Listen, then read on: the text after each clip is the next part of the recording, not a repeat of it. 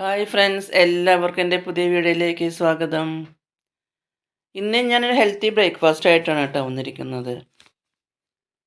ഇന്ന് തഴുതാമ ഇല കൊണ്ട് ഉള്ള ഒരു ബ്രേക്ക്ഫാസ്റ്റാണ്. ഇത് ഈ ഇലക്കറികൾ കഴിക്കാൻ ഇഷ്ടമില്ലാത്ത കുട്ടികൾക്കായാലും വലിയവർക്കായാലും ഇങ്ങനെ ഉണ്ടാക്കി കഴിക്കൂ കേട്ടോ. അപ്പോൾ ഇന്ന് തഴുതാമ കൊണ്ടുള്ള തഴുതാമ ഒരുപാട് ആരോഗ്യ ഗുണങ്ങൾ ഉള്ളതാണല്ലോ. ഹൃദ്രോഗം, മൂത്രാശയ രോഗം, നീർക്കെട്ട്, വിളർച്ച, അങ്ങനെ ഒരുപാട് അസുഖങ്ങൾക്ക് പറ്റിയ ഒരു ഇലയാണ് കേട്ടോ ഈ തഴുതാമ. ഈ തഴുതാമ ഇലയെപ്പറ്റി ഒരുപാട് ഗുണങ്ങൾ ഉള്ളത് ഞാൻ വേറൊരു വീഡിയോ ഇട്ടിരുന്നതിന് മുമ്പ് ഒരു തോരന് ഞാനിങ്ങനെ ഇട്ടിട്ടുണ്ടായിരുന്നു ഇതിന് മുൻപും. അപ്പോൾ ഇന്ന് തഴുതായ്മ കൊണ്ട് പൂരിയാണ് കേട്ടോ ഉണ്ടാക്കുന്നത്.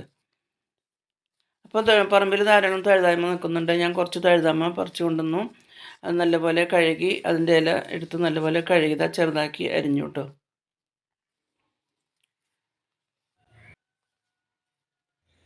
നല്ലപോലെ കഴുകി ചെറുതായിട്ട് ഇങ്ങനെ അരിഞ്ഞു കൊണ്ടുവന്നു കേട്ടോ. അതിനുശേഷം നമ്മൾ ആട്ട എടുക്കേണ്ട ഒരു കപ്പ് ആട്ട എടുത്തു. അതിലേക്ക് നമ്മൾ അരിഞ്ഞു വെച്ചിരുന്ന തഴുതായ്മയുടെ ഇല ഇട്ട് കൊടുത്തു കേട്ടോ.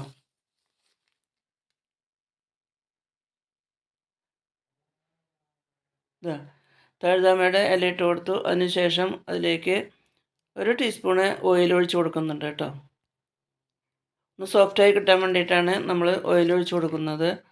ആവശ്യത്തിന് ഉപ്പും കൂടി ചേർത്ത് കൊടുക്കുന്നുണ്ട്.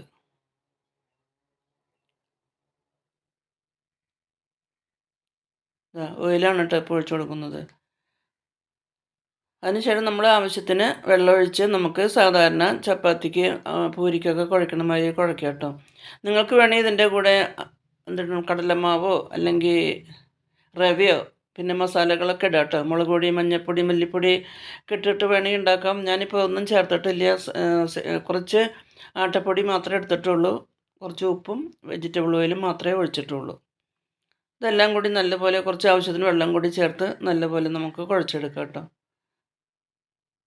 കുറേശ്ശെ വെള്ളം തളിച്ച് കൊടുത്ത് നമുക്ക് നല്ലപോലെ കുഴച്ചെടുക്കാം. സാധാരണ ചപ്പാത്തിക്കും പൂരിക്കൊക്കെ നമ്മൾ കുഴക്കാറുണ്ടല്ലോ, അതുമാതിരി നമുക്ക് നല്ല സോഫ്റ്റായിട്ട് കുഴച്ചെടുക്കാം.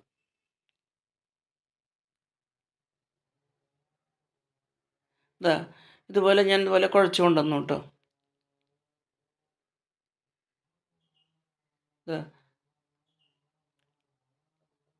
2 മിനിറ്റ് ഇങ്ങനെ അടച്ച് വെച്ചു കേട്ടോ.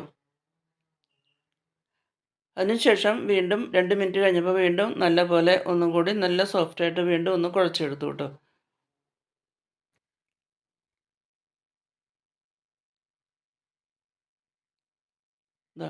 അല്പം കയ്യൊന്ന് നനച്ചിട്ട് വീണ്ടും നല്ലപോലെ സോഫ്റ്റായിട്ട് നല്ലപോലെ ഒന്ന് വീണ്ടും കുഴച്ചെടുത്തു.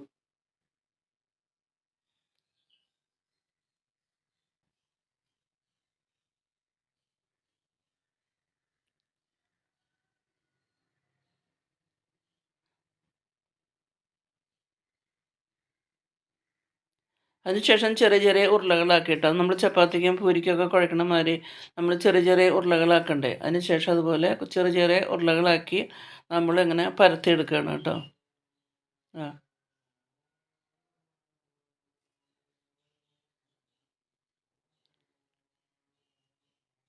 ചെറിയ ഉരുളകളാക്കി എടുക്കുകയാണ് കേട്ടോ.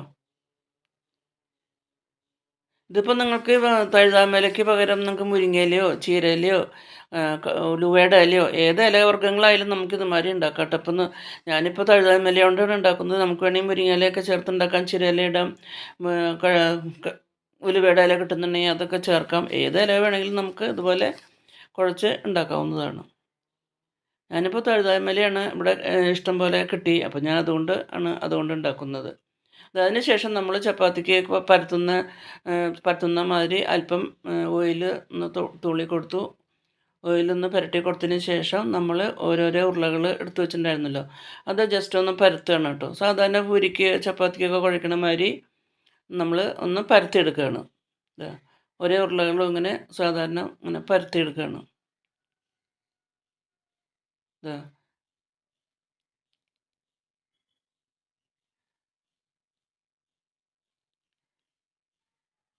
അതിനുശേഷം നമ്മളൊരു പാത്രത്തിൻ്റെ അടപ്പ് വെച്ചിട്ട് ഒരു ഷേപ്പ് കിട്ടാൻ വേണ്ടിയിട്ടാണ് കേട്ടോ. ഒരു പാത്രത്തിൻ്റെ അടപ്പ് വെച്ചിട്ട് ഒന്ന് അതിനെ ഒന്ന് ഷേപ്പ് ചെയ്തെടുത്തു.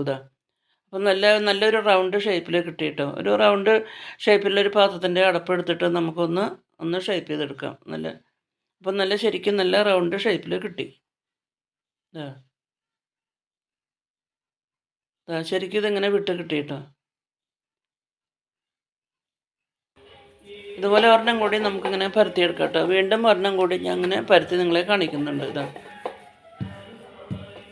വീണ്ടും ഒരു ഉരുളയെടുത്ത് ഇതുപോലെ പരത്തി ഒരു പാത്രത്തിൻ്റെ അടപ്പ് വെച്ച് അതൊന്ന് ഒരു റൗണ്ട് ഷേപ്പിലുള്ള പാത്രത്തിൻ്റെ അടപ്പ് വെച്ചിട്ട് ഒന്ന് അതിനെ കട്ട് ചെയ്തെടുത്തു.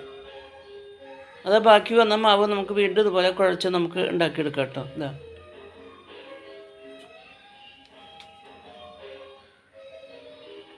രണ്ടെണ്ണം അങ്ങനെ നിങ്ങളെ അങ്ങനെ പരത്തിയത് ഞാൻ കാണിച്ചു കേട്ടോ. ഇതുപോലെ ഞാൻ എല്ലാം അങ്ങനെ പരത്തി കൊണ്ടുവന്നു കേട്ടോ. എല്ലാം ഞാനിങ്ങനെ പരത്തി കൊണ്ടുവന്നു. അതിനുശേഷം ഒരു ചീഞ്ചട്ടി അടുപ്പത്ത് വെച്ചു. നല്ലപോലെ ചൂടായപ്പോൾ അതിലേക്ക് കുറച്ച് വെജിറ്റബിൾ ഓയിൽ ഒഴിച്ചു കൊടുത്തു. വെജിറ്റബിൾ ഓയിൽ നല്ലപോലെ ചൂടായി വന്നപ്പോൾ നമ്മൾ പരത്തി വെച്ചിരുന്ന ഓരോ പൂരിയും അതിലേക്ക് ഇട്ട് തിരിച്ചും മറിച്ചും ഇട്ട് നമ്മളിങ്ങനെ ഫ്രൈ ചെയ്തെടുത്തു കേട്ടോ. അതിൻ്റെ മുകളിലേക്ക് കുറച്ച് ഇങ്ങനെ ഓയിൽ ഒഴിച്ചു കൊടുക്കുകയാണ്. അടിഭാഗം അങ്ങനെ വെന്ത് വന്നപ്പോൾ നമുക്കത് മറിച്ചിട്ട് കൊടുക്കാം. അടിഭാഗം വെന്ത് വന്നപ്പോൾ ഞാൻ ഇതുപോലെ മറിച്ചിട്ടു.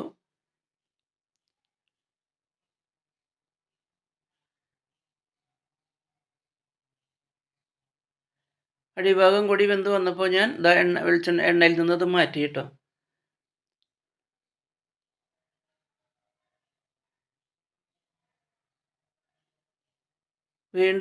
അതിനുശേഷം വീണ്ടും ഒരെണ്ണം കൂടി ഇങ്ങനെ ഉണ്ടാക്കിയെടുത്തു കേട്ടോ. വീണ്ടും ഒരു പൂരിയും കൂടി ഇങ്ങനെ ഇട്ട് കൊടുത്തു, എണ്ണയിലേക്ക് ഇട്ട് കൊടുത്തു. അതിൻ്റെ മുകളിലേക്ക് കുറേശ്ശെ ഇങ്ങനെ ഓയിൽ ഒഴിച്ച് കൊടുത്തു. കുറേശ്ശെ ഒന്ന് പൊന്തി വരാൻ തുടങ്ങി കേട്ടോ, വെള്ളം വരാൻ തുടങ്ങി. അതിനുശേഷം അത് വീണ്ടും മറിച്ചിട്ടു. അടിഭാഗം വെന്തപ്പോൾ വീണ്ടും മറിച്ചിട്ടു.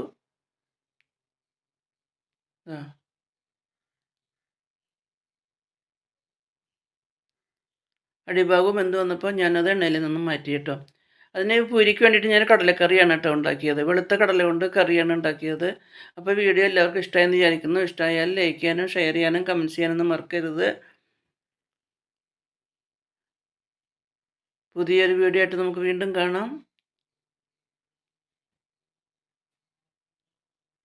Thank you for watching.